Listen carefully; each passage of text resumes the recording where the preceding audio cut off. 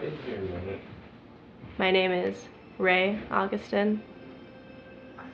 I listen to a lot of different music. Usually more like indie rock music, but I also listen to a lot of like sad trap music that's on SoundCloud that has now made it bigger onto like normal like mainstream music sites.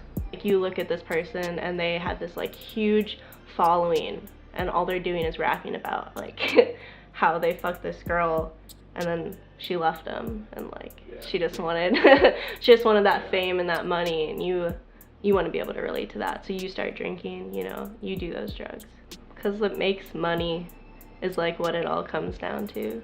Like even though these rappers know they're being influential in a negative way, they're selling it, they're making money. Like you can capitalize on literally anything, and because it's such an easy access to get drugs and all that shit and like do bad things, it's so easy to be a bad person.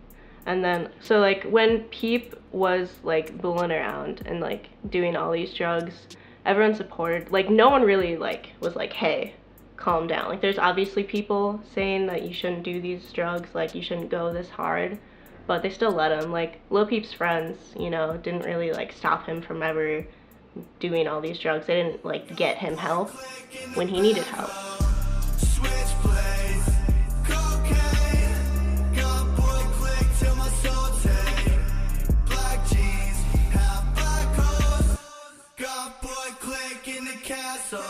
I mean, making music in that way and talking about that is like talking to someone. It's like having the world be your therapist, but that's also not healthy because that's just kind of putting out this negative message into the world, and then he ended up, you know, dying because of it.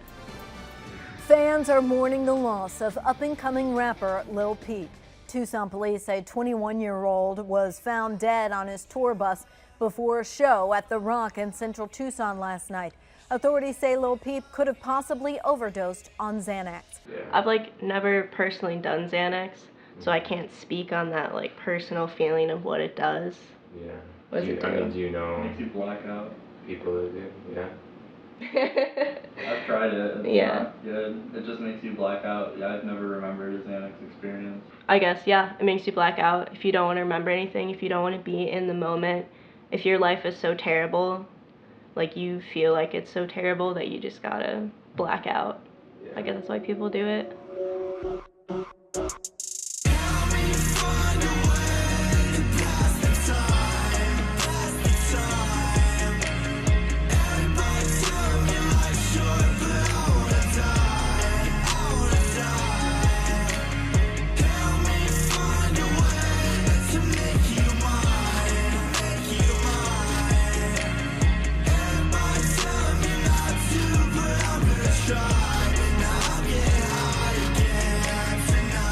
A way that I would describe it is like your emotions are like this sphere and you're holding up your emotions and you're holding on to them, and you just like, it's heavy, it's a lot.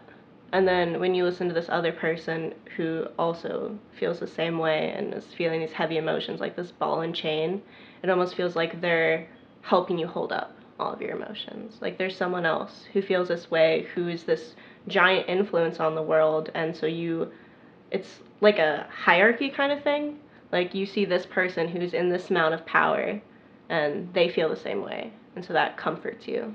And I wouldn't listen to him to like get sad. I would just listen to him while I was sad, because there was someone else there who understood. Even if they weren't physically there, it felt like they were mentally and emotionally there. But it's never influenced me to do drugs, definitely. That's never been like a problem for me. I don't think that's a problem for a lot of people. I think that's a big misconception about rap music, is that it makes you want to do this thing. Yeah. I understood that, and I think that's why I listened to him so much. Probably You Said or Girls by Peep. Those are two of my songs that like when I play them I go so hard, know every lyric, like really get into it. For Joji's Slow Dancing in the Dark, the song ends with I don't wanna slow dance in the dark. But the entire song he's talking about like slow dancing in the dark, wallowing in his feelings and like being sad and being alone and wanting a person to like be there with him. And then the song just ends with I don't wanna slow dance in the dark, which I think is like a powerful way to end that song. I feel like I don't wanna be like this anymore. It's just like too hard.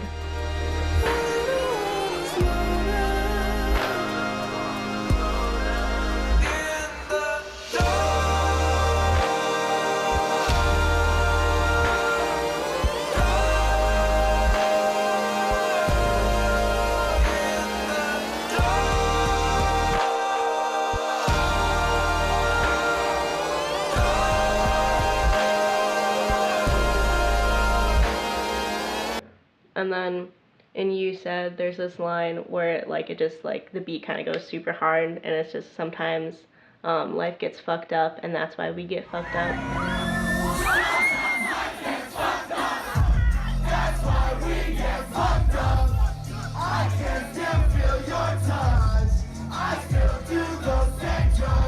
I remember being like 16 and just being like, yeah. That line always definitely stood out to me. Yeah, I think it's definitely a cry for help, like 100%. Like with Peep's stuff especially, like you can tell he is so sad and just at this like complete pit of despair, and like can't get out, almost doesn't want to get out. And I think when artists write about that and rap about that, it's like their diary basically. It's putting this message. It's just like making a Finsta post, on Instagram. Yeah. It's the exact same thing. It's just on a bigger platform. But I know there's definitely a point when you are so depressed and like so anxious and so suicidal that you don't want help. Like you just want to be sad and put your sadness into the world and your negativity into the world so someone can receive it, but not want to change you and not want to fix you. People definitely do capitalize on the fact that when you talk about something that is taboo, it's going to get a lot of attention. Drugs are never going to go away. Drug culture is never going to go away. And the way people feel about it is never going to go away.